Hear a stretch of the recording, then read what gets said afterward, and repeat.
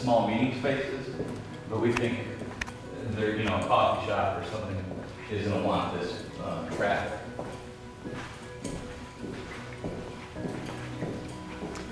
And you said this was the historic preservation hallway?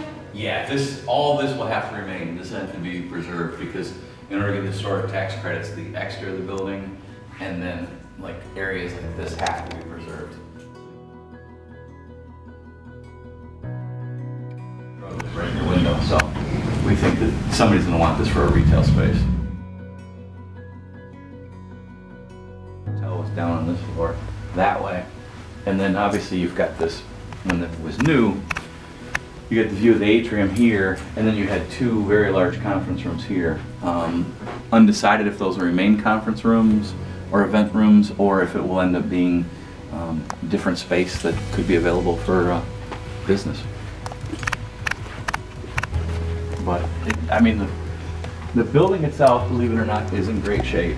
It's just there's some water leaks and roof leaks, and all the windows will be replaced. The whole facade will be redone. Roof complete redo.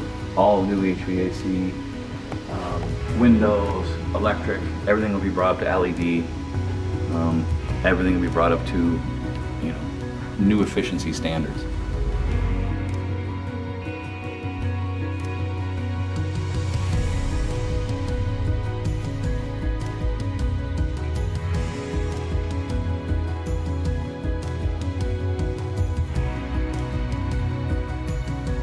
Windows will remain, so this is your view of the lighthouse, the river, the bridge. So you've got a great view of the harbor. Even on this side, you have a great view of Black River Landing and the bridge itself, which is a unique feature. So all these ceilings will get replaced, and all the HVAC and mechanicals will get moved. So we'll go as high as possible. We've got about a 9-foot ceiling now.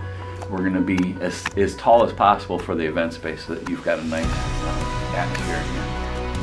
Yeah, it's the State Preservation Board will have to review all proposals, but you get a masonry group that handles this kind of thing.